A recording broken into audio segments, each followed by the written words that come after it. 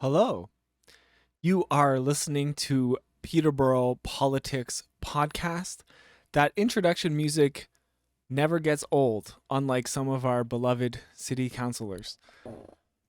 My name is Danny Taro, aka My Homie Tutaro, and I am one of your hosts for this show.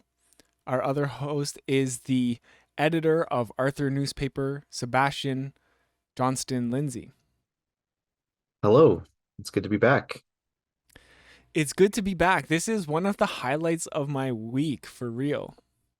Yeah, same here. There's nothing like talking politics on a Wednesday morning. We were talking about getting over hump day. This is a pretty good way to get over it, I think, to get us over that to, you know. yeah, that's right. The rest of the week. After this, the week is just a Yeah. breeze, you know? Yeah, yeah. Once we Um once we trudge through this, it's all Yeah, uphill. It's that's all right. uphill or downhill. That's right. Downhill, uphill, doesn't matter. Yeah, Life is just a roller coaster at this yeah. in this day and age. And I'm riding Um it. we are just writing it. Yeah. And before we begin, I wanted to say that last week we discussed a missing person. And luckily, I was really happy to hear that they were found. Um, so Daniel was found, and they have been reunited with their loved ones. So that was really great to hear.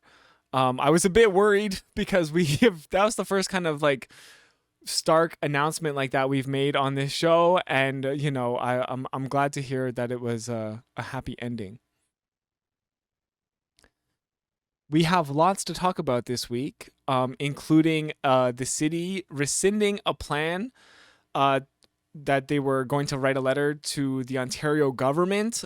This is actually more of an exciting story than you would imagine because, as is usually the case, I guess, in Peterborough, we have levels of misogyny and I don't know. It is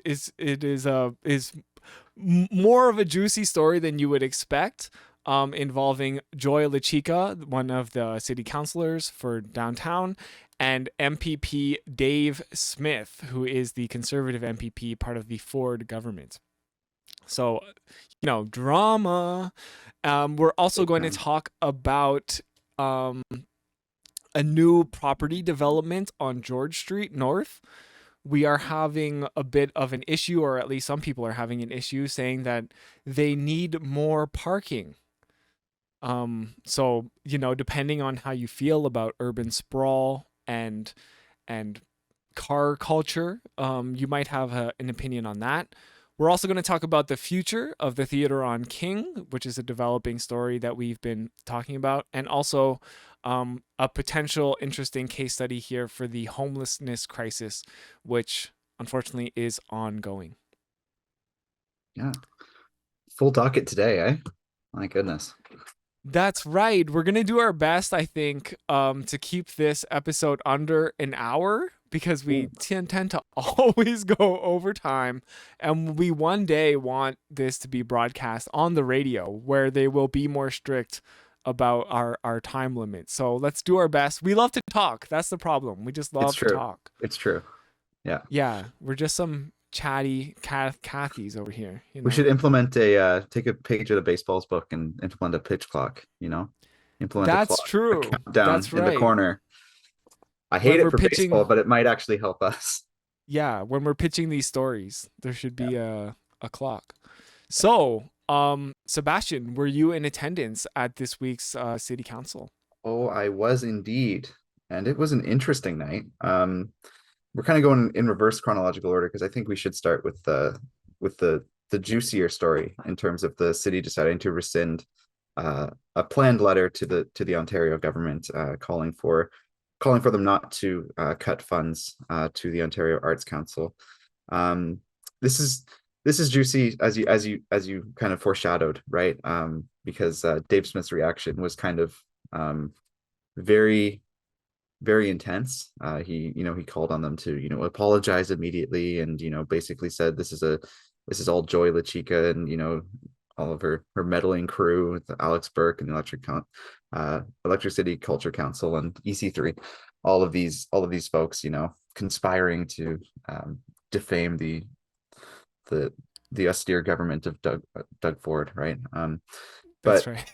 um, so more or less, like the reaction coming out of the previous council meeting, when there was a decision to put forward this for the city to draft a letter to the Ontario government. This is all coming out of various levels of advisory committees and meetings with city staff in order to draft a motion in order for this to go forward at council. This was drafted before the release of the Ontario government's budget, and so the intention was for it to be sort of preempting the Ontario government's budget to ensure that this would not, or to at least voice Peterborough's stance on the nature of any potential cuts to arts funding, because there had been some rumors that it might be cut by upwards of 15%.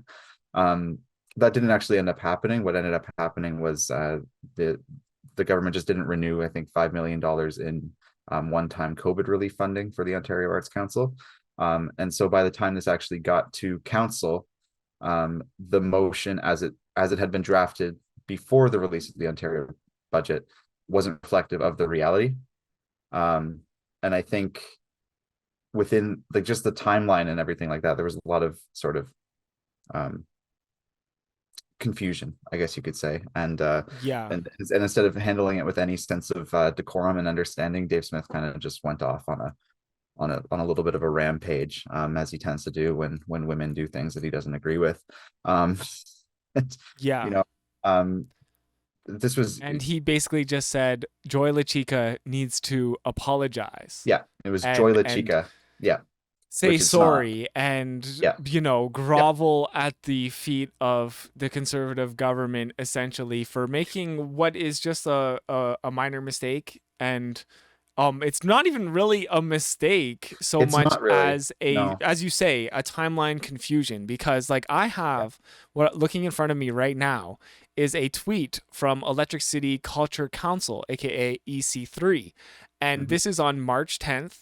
Now they were drafting the Ontario budget, I believe, on March 23rd. So as you say, yeah, they were trying to get ahead of this budget and the potential for a 15% budget cut. yeah, So EC3 here has some very great looking infographics saying stop the arts cuts, saying specifically that yes, the Ontario Arts Council might get cut by up to 15%, and stop the cuts, signed the petition, called Dave Smith, called Neil Lumsden, the Minister of Tourism, Culture and Sport, called Doug Ford. And there are very similar calls to action from the Toronto Alliance for the Performing Arts.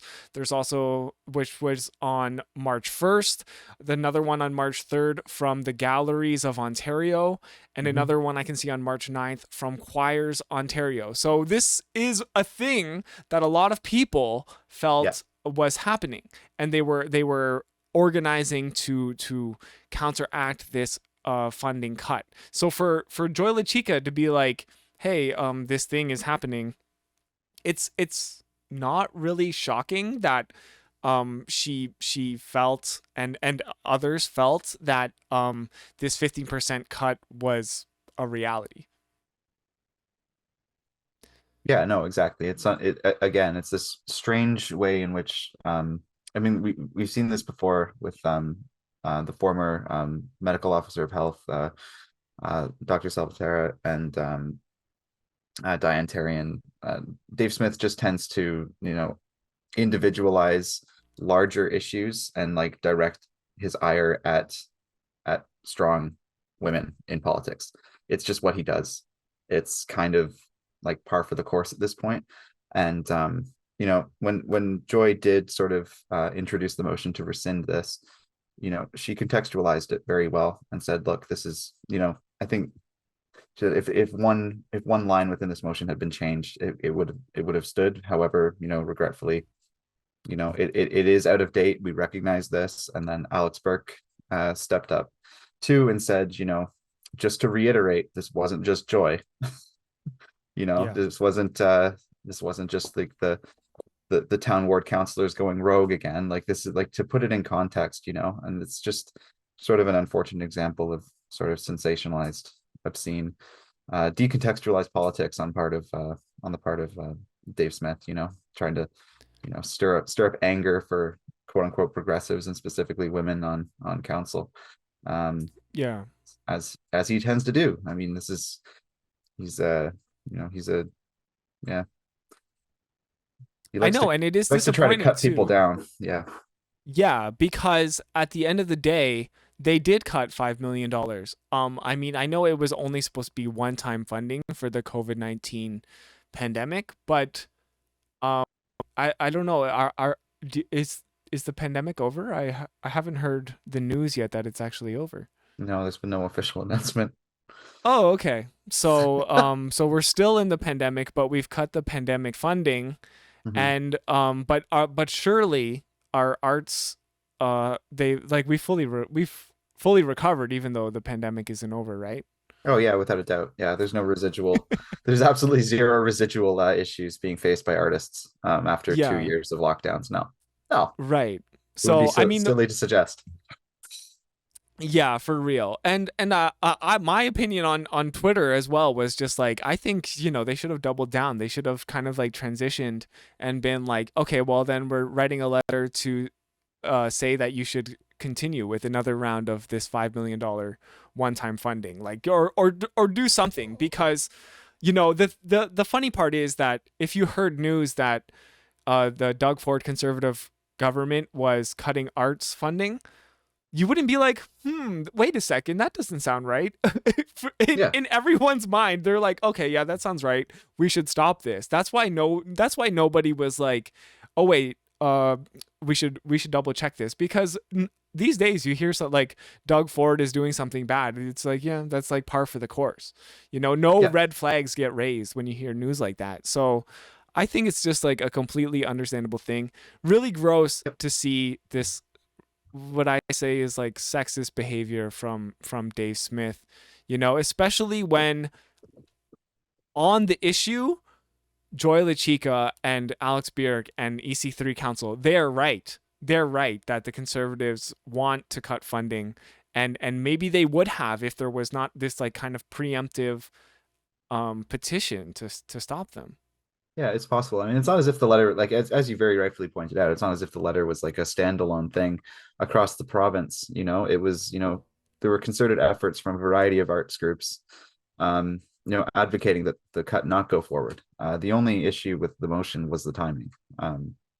What was it being presented at council after the presentation of the Ontario budget, right? So yeah, the Dave Smith is a it's kind of a mean person, to put it lightly. Yeah, I've heard some of the mean things that he's said to people I even consider friends. So, Yeah. yeah, not a fan, but that's politics, unfortunately. Yep. So unfortunately, yeah, that motion was rescinded, and which makes sense because there was what ended up being factually wrong information was in it. I still wish that they had pushed Dave Smith a bit. The thing is, when you evoke a reaction like this from a conservative white man, to me, that is like, oh, we've triggered them. We've hit a sensitive button here. For Hmm. me, the politically expedient thing to do is to press them. Like, you Yeah. wanna Dave Smith, you wanna fight? Let's fight. I mean, that's personally how I would have handled it. But Yep. maybe one day. Maybe maybe one day. Yeah. I mean,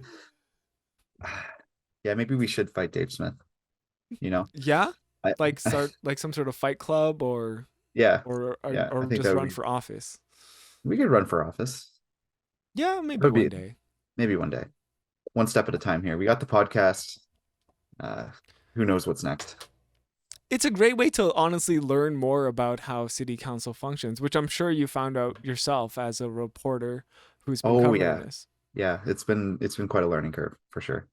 I'm finally Yeah, settling into some kind of groove, I like to think, but yeah, sitting in the press gallery of Joel Kovac and I.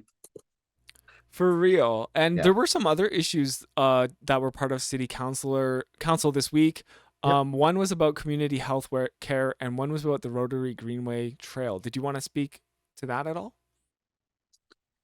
Yeah. So more or less, like there was a a presentation by a representative. I can't remember the name of the doctor off the top of my head. Dr. Jim Shipley. Dr. Jim Shipley. I wanted to say Shipley, but I wasn't 100% sure on that.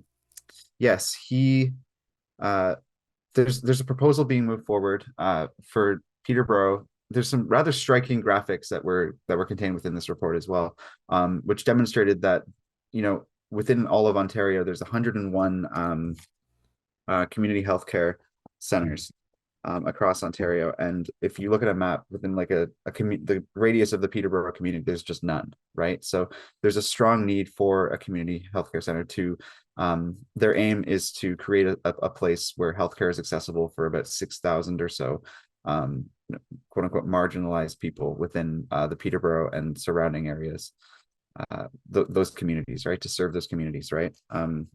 This is especially sort of prescient in regards to Doug Ford's decision to cut funding for, providing funding for doctors to provide healthcare to people who can't maybe afford some of the treatment that they might require.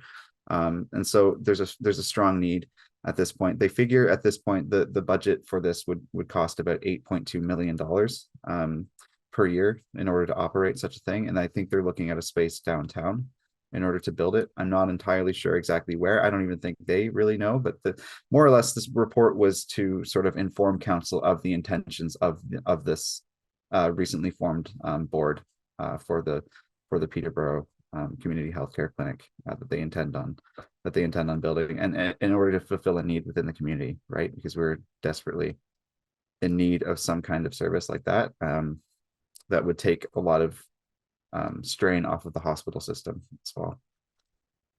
Yeah, for sure. Definitely a need for that. And I was really happy to hear that this is potentially something that is happening. I guess they're scouting out like 4 downtown locations, trying to figure out where to put this thing. So that, anything I hear about, oh, we're getting more healthcare in Peterborough, that to me seems like a victory. And especially if it's for marginalized folks, as you say, that does take the burden off of the other systems like the RHC or the emergency room. The other news that was part of council was the Rotary Greenway Trail. They are getting lights. So it's going to be a lit trail. It's going to be lit. Yep.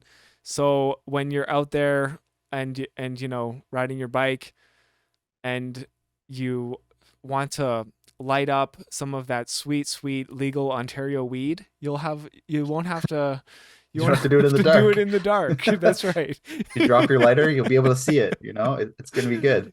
It's going to be a good time. Exactly. So, this is great. I love the Rotary Greenway Trail. And of course, it's important to have lights. Sometimes walking the trails in Peterborough, it can be kind of scary sometimes. And, if it's really dark, you're probably not going to take those trails. So lighting is great. It sounds like they're getting some funding from the federal government, which is fantastic.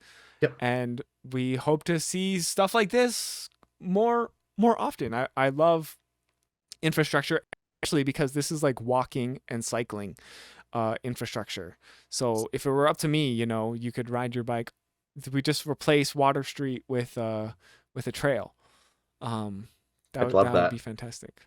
Yeah, who wouldn't love that? Just ride your bike all the way up the river, basically. Well, you can do that in certain ways. But anyways, we digress. You can kind of do that. Yeah. We This since is we're a nice, trying to keep on time here. Yes, this is a nice kind of segue to sort of the one of the new buildings and sort of the discourses surrounding intensification and the walkability and accessibility of the downtown that this kind of plays into, and some of the overarching debates surrounding where Peterborough is going to go in the future, whether it's going to be a walkable, livable city, or if it's just going to be a place where everyone drives their cars and there's parking lots everywhere. And depending who on council you talk to, you might get 2 very different answers surrounding that. And a lot of this, there's a corner of in Peterborough, a whole block really, from on George Street from London to McDonald, that's going to be undergoing that was the site of a lot of debate at council on Monday. The sort of the biggest development, the one that's going to have the biggest impact on the downtown, is a development at 539 George Street, so where the old Vinnie's is, and it was a funeral home before that. Where that building is, they're planning on building a 6-story apartment building with 95 dwelling units within it. Or I believe, if I have my numbers correctly, I think that's 133 bedrooms that they're planning on doing there. And 53 of these units are going to be bachelor apartments. So, Okay, sweet. yeah. So the So, aim I of mean, my this, impression is yeah, that this is housing that is probably geared towards students. yes. Overall, yeah. That is the aim. The developer, ZZY properties, is intending for this to be at least 20% of these units to be affordable. Now, I actually reached out to them, and I'm going to be talking to them tomorrow to figure out for like a follow-up article on something that I've already written about the development overall. So next week I might have more information on what exactly that means, what exactly affordable housing means in the context of this development, and sort of get a better understanding of what the developers see as this bringing to the community. So yes, and part of what this has done as well is they've gone back from the original plan and implemented more single units within this structure, sort of to sort of under recognize the need for more single dwelling units and apartments within the city of Peterborough, and specifically the downtown as well. So these are units that would be geared towards students. And this is something that Leslie Parnell, of all people, sort of piped up and recognized as the need for this. So Leslie Parnell, the wild card, coming out and saying, you know, we need more housing for students. These are people who probably don't have cars, and this is leading us into the next issue, right? Which was parking. Yes. Parking is the big concern, not only for council, but for residents. There were a number of residents who live on London Street. There are a number of business owners who work on the block that we're talking about. So again, the block from on George Street from McDonald to London. Lots of concerns about cars. This is kind of, if people are unfamiliar with Peterborough, if anyone's listening who isn't from Peterborough, this is kind of on the north end of the downtown. You're kind of leading more into older suburban housing, residential, right? So you're moving out of the commercial, and this is like very much the transitional zone on the north end of the downtown core. And one of the other properties that is being developed is right on London Street, and they're building 3 more units on the back end of a historical site at 191 London Street. So if anyone's interested in biking past, there's a beautiful old house there that they're planning on putting an addition on. But again, the issue of parking is coming up here, right? So it's not only an issue for commercial, the commercial residents in this town, like the people who are running businesses on this block, but it's also a concern for the people who are living on this block, right? Like if more people, presumably maybe not even just single people, but more people, maybe small families, are going to be moving into these units. These people presumably will have cars. Where are they going to park their cars? How is this going to impact the businesses in and around the downtown? So one of the amendments that was put forward was a bylaw amendment, usually going back to I'm kind of rambling here, I think, but the property at 539 George Street, a property of that size would be, generally speaking, would be required to have about 100 parking spots.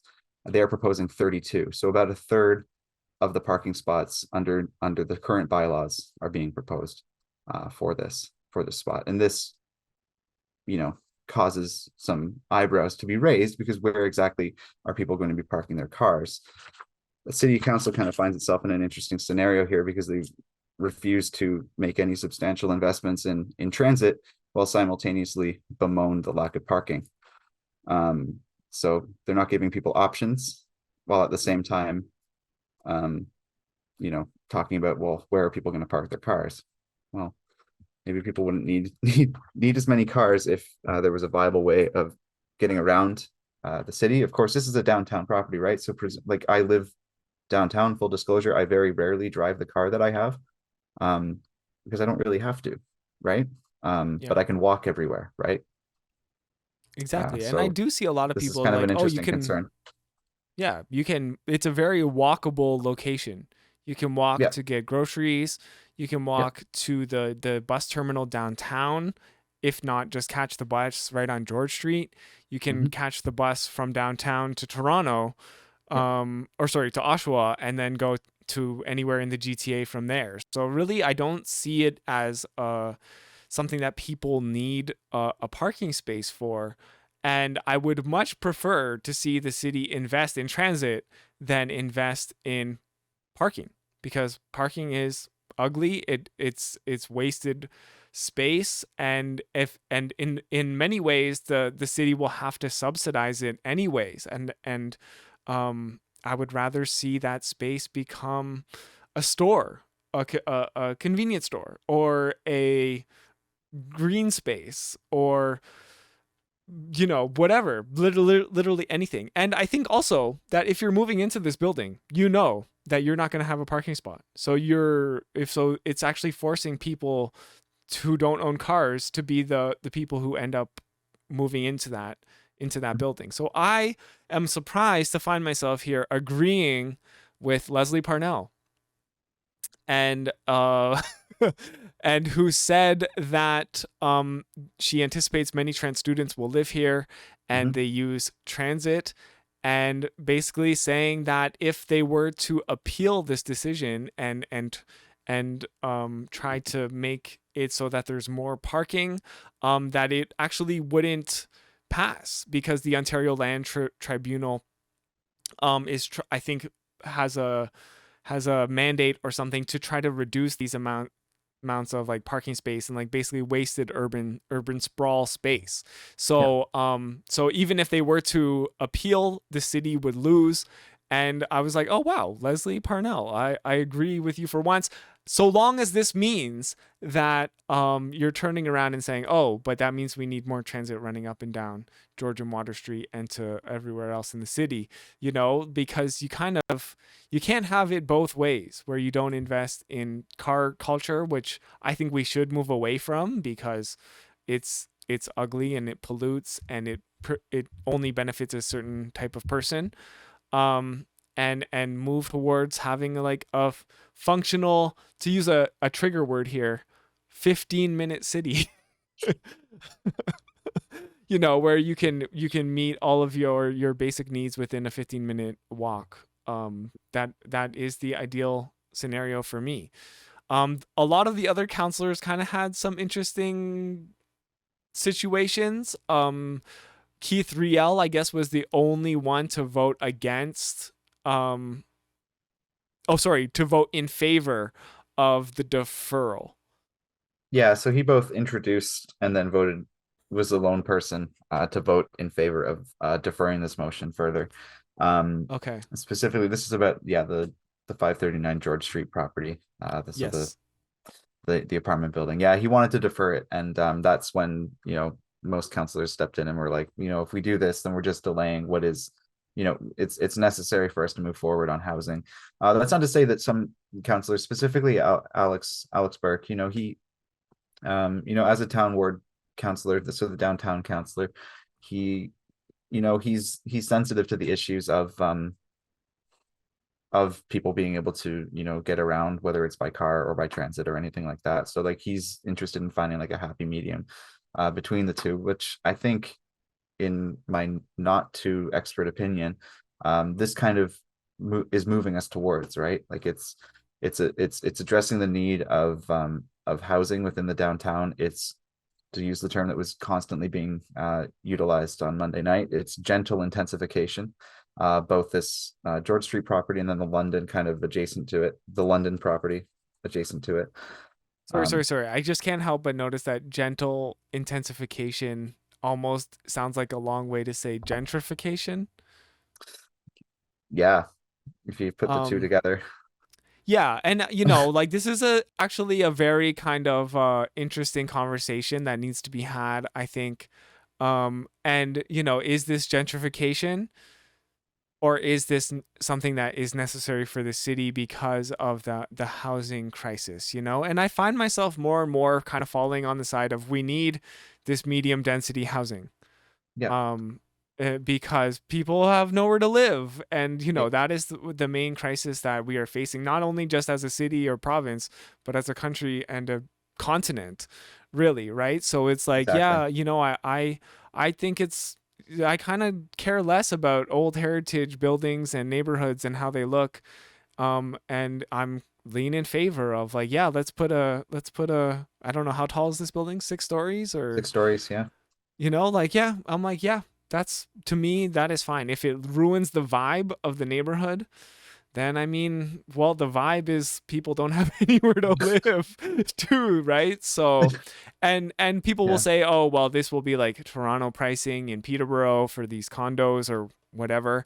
And I mean, it's like, it's kind of just like unfortunate that that has to be the way, but people will move. Also, from what I've researched about, people will move from somewhere that is more affordable, maybe, and into these new builds, which will then open up potentially some of that more affordable housing. If there were laws, let's say, about not being able to raise the rent on your property when someone is moved out, that would be even better, because that would Yep. guarantee that housing remains affordable and does not have to rise with this growing interest rates and such. We should Yeah. also mention that Yeah. Kevin Duguay and Dave Hakey had conflicts of interest on this issue. Yes. Kevin Duguay, because who is a professional planner, um, he declared an conflict of interest, because he worked on the original plan 2 years ago for the developer, and it's almost as if he shouldn't be on city council at all with this type of conflict of interest. And Dave With Hakey, the Funkin. um, Yeah. was the applicant. Sorry, because the applicant is a client of the commercial real estate firm that he co-owns. So Yes. it's like, I mean, people were kind of trying to raise the alarm bells about this, about people who are explicitly like developers and sitting on the council. And it really just goes to show, like, how much bias there is in council. Yeah, yeah. This is like whenever it seems to me like whenever there's a conflict of interest, it's always one of the two. Mostly Duguay. Mostly Duguay. He's the one who Yeah. has the most. If I was keeping score, which I'm not, it would be Duguay by a long shot, declaring conflicts of interest. He, of course, is the one who declared a conflict of interest on uh, uh, uh, attempting to fund a winter strategy at the last council meeting in 2022, right? And as a result of that, it was a split vote, which was lost, right? Yeah. So it That was has that was honest. That was like a heartbreaking yeah. conflict of interest moment for Kevin Duguay. Like, he could have been a change maker there. The really annoying part is that they had the exact same vote a week before. He didn't Mhm. declare a conflict of interest and voted, and then they had the same vote again or whatever. It was almost the same. And then Yeah. he's like, "Oh yeah, by the way, I have a Oh conflict yeah. of interest." It's Yeah. like, "Well, Sorry. where was this last week, Kevin? Yeah. Kevin." Yeah. So Um, so these conflicts of interest have like actual material impacts on the way that our community operates. yeah. But yeah, I hope to learn more about because as I mentioned, I'm going to be speaking to one of the to the developer of the property on George Street tomorrow morning. So I'll have more information next week on exactly like what the aims are, what the goals are, and what actually constitutes affordable housing in this new development, right? Because I'm very wary of gentrification. I dislike it. I saw it happen a lot when I was living in and around Hamilton, with the whole James Street North district there. A lot of wealthy people from Toronto kind of moving into houses that had previously been owned and lived in by working class folks who were displaced as a result of industrial fallout kind of deal there in Hamilton. And so yeah, Peterborough is kind of like a little bit further along that line, but still there's still the same processes are being sort of followed there, right? And Yeah. yeah. I mean, I've had this discourse on my streaming channel, and I mean, what really just kind of comes down to for me is, like, you know what, these new builds, these medium density apartments that are going up all over the city, do not have as big an effect as the global economy. Right. So at the end of the day, for people to have more housing, even if it's expensive, it's not expensive because it's new. It's expensive because of the global economy. And it's really hard because you're seeing it right in front of you, but the forces are so broad in scope and something that we don't have control over, and even the other thing affecting our rising rental rates or interest rates here is just also our proximity to Toronto, and that's not going to change. No. So for to say, oh my God, this is gentrification and like all of that, it's like, is it, as long as it's in the right spot, like I don't want Morrow Park, for example, to be paved over to become a sports complex, but um I was going to say, I've got bad news for you. yeah, I know, right? And I think that's a front worth fighting on. But I Yeah. think when we're talking about medium density housing that's no taller than 6 stories, I think that's fine. Especially like you have a relatively tall building, the Y lofts, another controversial gentrification case just down the Hmm. street. So I don't think it's even gonna like look out of place. And you also have a really tall church across the street, so it's like, oh, there's already some tall buildings around there. Um, Yeah. No, Also, it's true. what did Jeff Leal have to say about all this? Well, it's interesting you ask. He's still on vacation. He's still on vacation? Yeah. Where did he Well, go? he was as of Monday night. I don't know. Neither Joel or I know where he went. That's going to be the first question I ask him Do you think? the next meeting I go Okay. to. Yeah. What if we find out he's like, yeah, I was in Beijing It'd be on controversial official on official Liberal business. Party business? Official party business. Oh my goodness.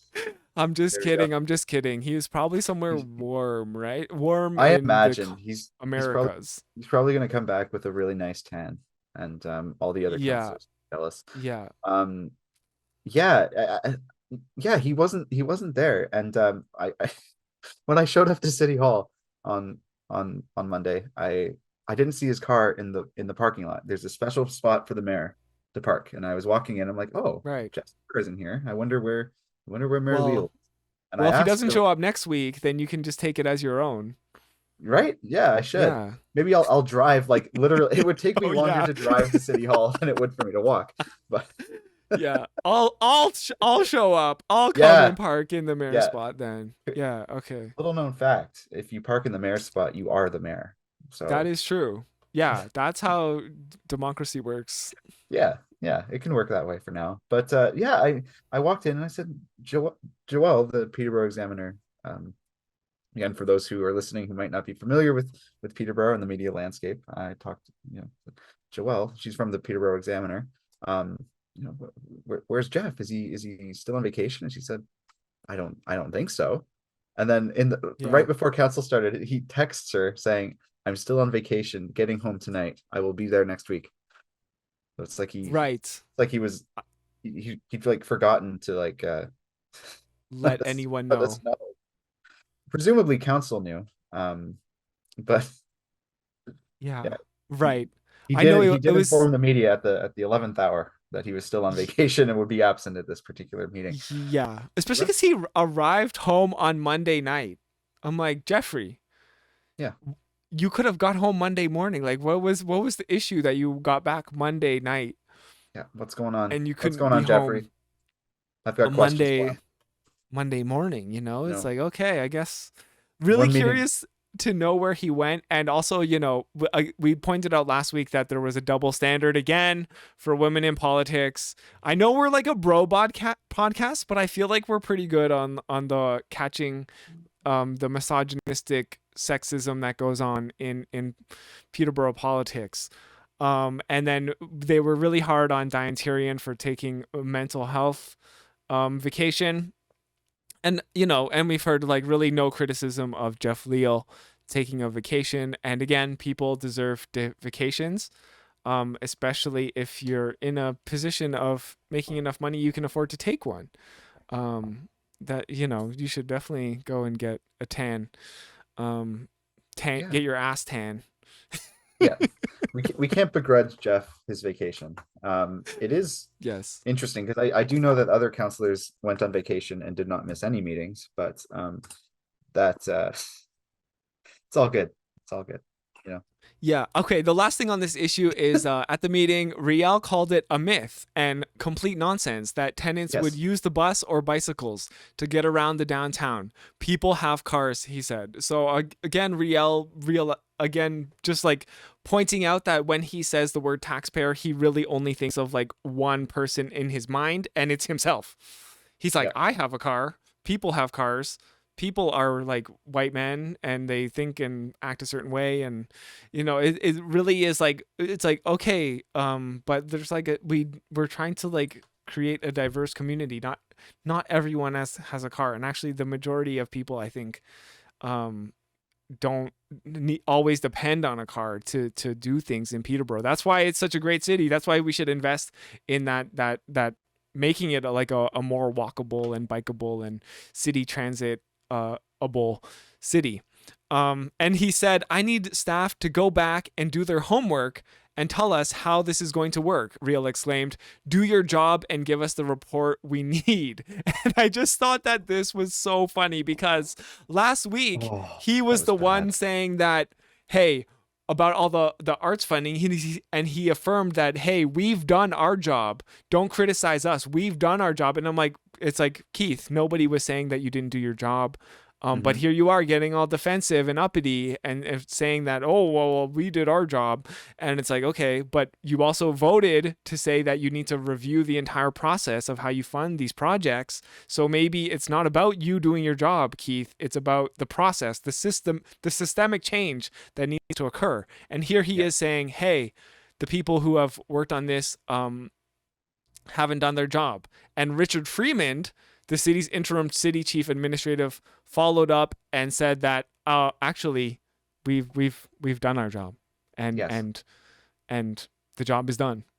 Yeah. So I thought, again, a really embarrassing moment here for Riel, who Honestly, voted for his own yeah. motion and kind of just got mopped on And the see, floor there. there's a lot of interesting little like strings to pull out of this one as well, because not 2 weeks ago, Alex Burke was. It would be very interesting to see what would have happened if Mayor Leo was there, right? Because in previous council meetings, he has, basically stopped councilors from speaking to staff if he gets any sense of, uh, uh, disrespect, to use a term that I don't necessarily think that pre other counselors have. Now telling city staff, professionals in their in it they're professionals, that this is what they do. They are city planners, they are city workers whose job Right. is to inform council. That is their literal job. To tell them to go back and do their job is a little bit rich, coming from a, a counselor who's elected to represent his constituents. That being said, of course, like Alex Burke, by asking like an innocuous question, really, when you think about it, asking city staff if they think that evictions in encampments around the city is a good solution based on at least 4 years of prior experience with this. If we're any Yeah. further ahead, that was considered a step too far by Jeff Leal at a previous council meeting. But I'm in I and I know from speaking to people in and around and close to the situation that he received a lot of flack for that within City Hall, right? Really. A lot of stuff going on in that regard. And I'd be very interested to see if anything even remotely similar to that is transpiring for Keith Riel, right? Because frankly, telling city councilors to do city staff to do their job and to come back with a report that he can get behind, and this, that, and the other thing, um, differs vastly when compared with asking a question of, does staff think that this is a good solution, right? Yeah. I Right. guess it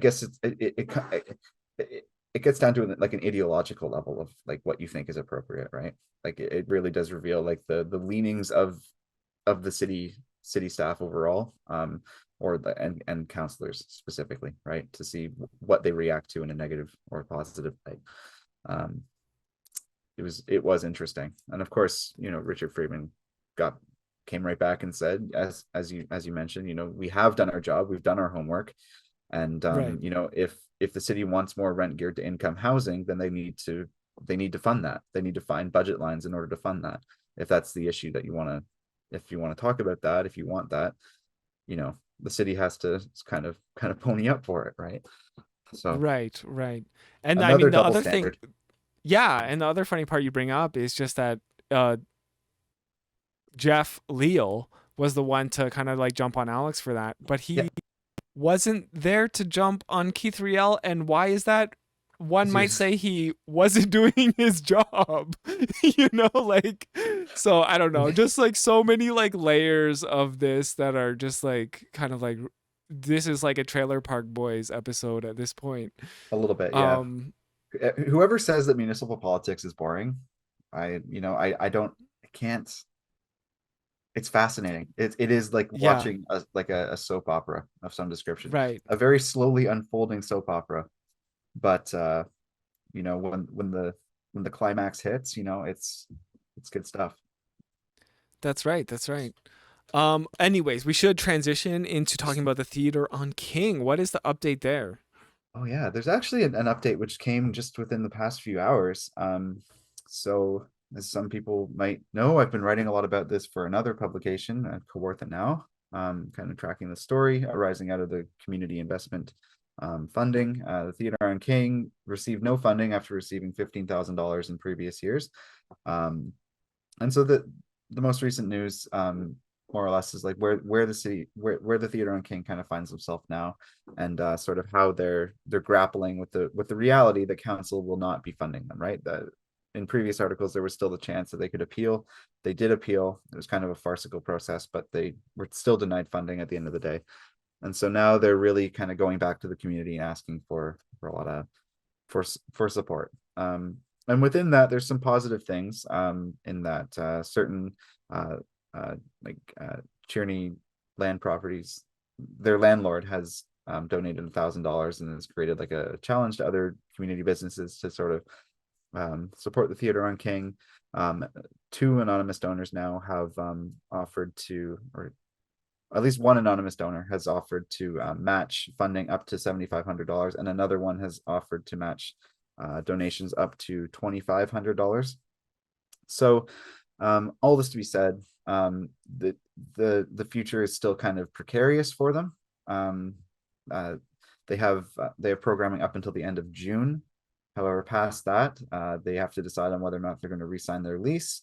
That could be a 5-year lease, right? And that's a big Okay. commitment to take on for. No wonder the landlords are giving $1,000.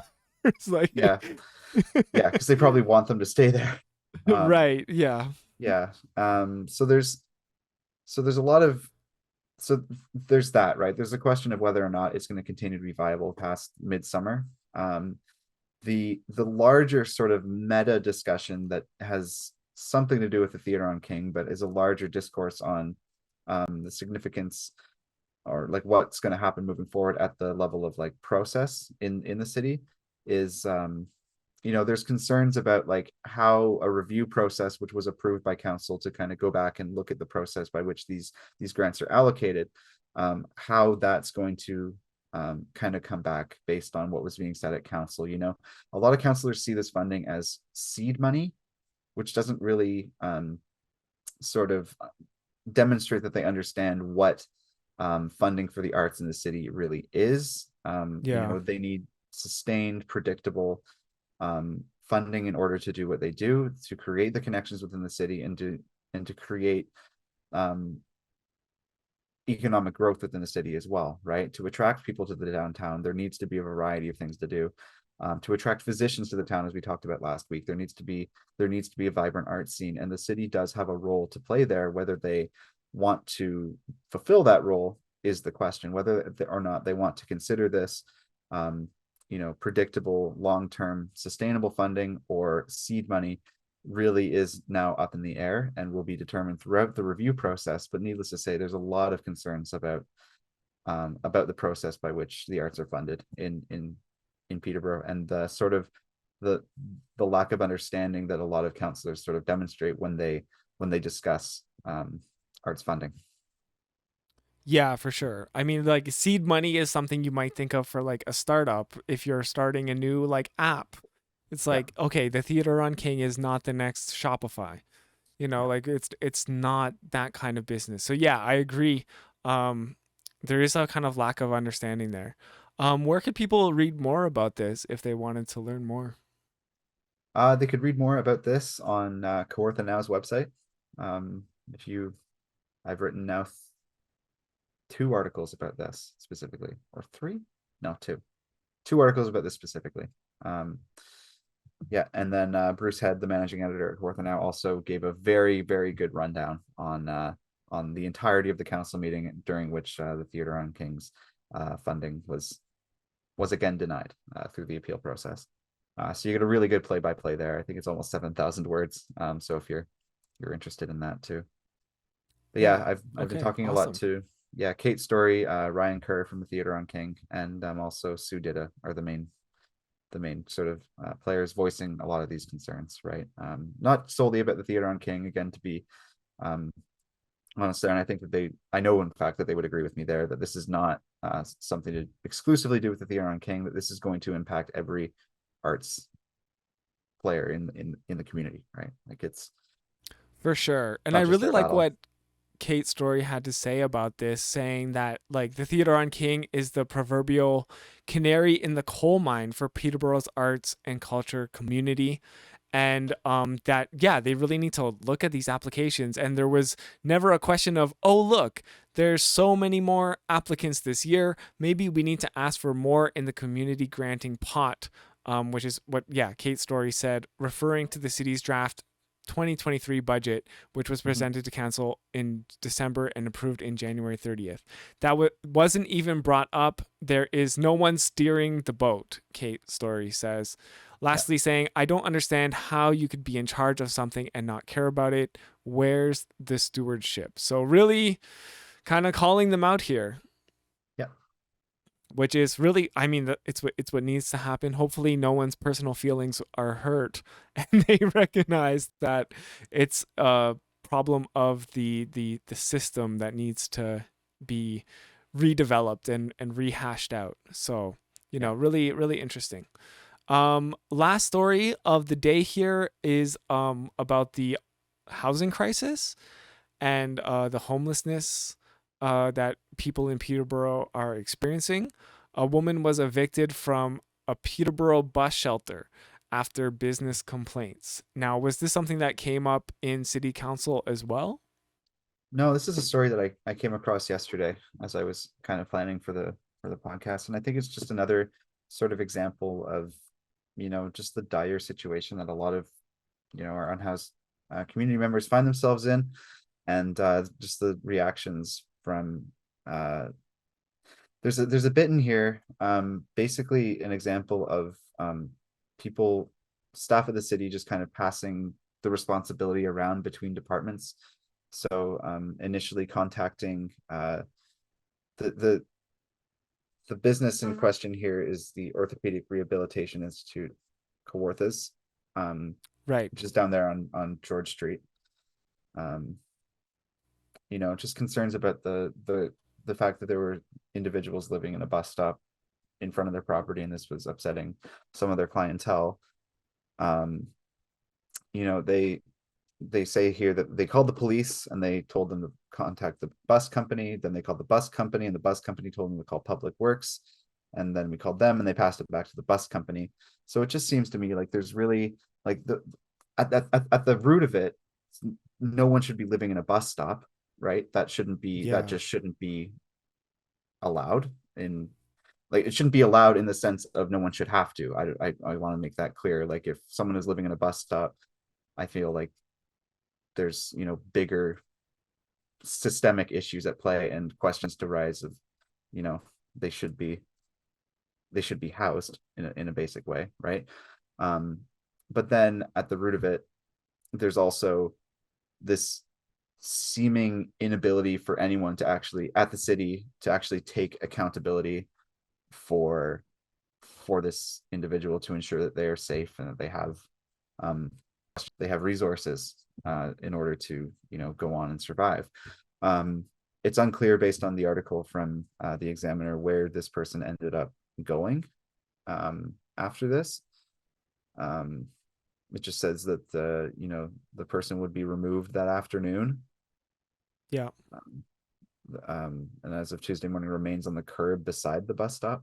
There's actually there's a spelling mistake in an Examiner article besides the bus No, stop. say it isn't so. I know, beside the bus stop. I shouldn't be. There's tons of spelling errors and everything that I edit, so I can't Yeah. I can't throw stones. But yeah. So yeah, I mean, yeah, it was just another really instance. unfortunate because I think the person who is worried about the issue, the employee, I guess, of the Orthopedic Rehabilitation Institute, Kawarthas, said that they want the bus shelter removed. And I feel like Mhm. that is like a step too far. It's kind of just like, well, we actually, I think the city needs more bus shelters. There's a kind of a problem of a lack of them, and when seniors especially try to ride the bus, like they have to wait for a long time in the cold, and but of course if people are living in the bus shelters, that doesn't make them very functional or usable. And yeah, as you say, the issue is just being passed around and getting nowhere. So Mhm. yeah, I really don't even know what to say about this other than let's find housing for folks, and really try address the root of the issue, Yeah. right? And I don't think removing the bus shelter is going to solve this issue. I don't think even evicting this person from the bus shelter, which has now been done, is going to help the situation either. Maybe it has helped the orthopedic rehab center, and its patients feel safer. And of course, people should feel safe when they're downtown and accessing services. But people should also feel safe in the comfort of their own home, and they should have a Mhm. home to feel safe in, right? Yeah. So just kind of like an interesting multifaceted issue where these issues that we discuss here kind of intersect. Yeah. No, exactly. It's just another instance. Just another instance of, Yeah. and it's great to just highlight it too, because it's hard to keep up the pressure and talk about the housing crisis every week here, even, right? And it's kind of only when there's an incident that puts it on people's radar, they get invigorated again. So let's maybe build some of that medium density housing, but also make sure that the shelters are not overflowing. And it would be great if there were more investments in those safety nets for folks. Yeah. No, exactly. Exactly. There's a lot of it's finding a balance between all of this stuff, right? Yeah. Yeah, for sure. So on that note, we might actually have got this episode under an hour for the There first we time go. in weeks. Success. I've been thinking more and more that we need a sponsor for the show. So if you're still listening at this point, then you've made it really far and you're obviously a diehard fan. And if you know anyone who would like to sponsor the show and help this independently constructed podcast put on by Arthur and myself, Danny Taro, and Sebastian, Johnston-Lindsay. It's in a way, independent, because Arthur is the independent student press in at Trent University and in Peterborough-Nogojiwanong. So somebody in chat is saying McGee Chevrolet.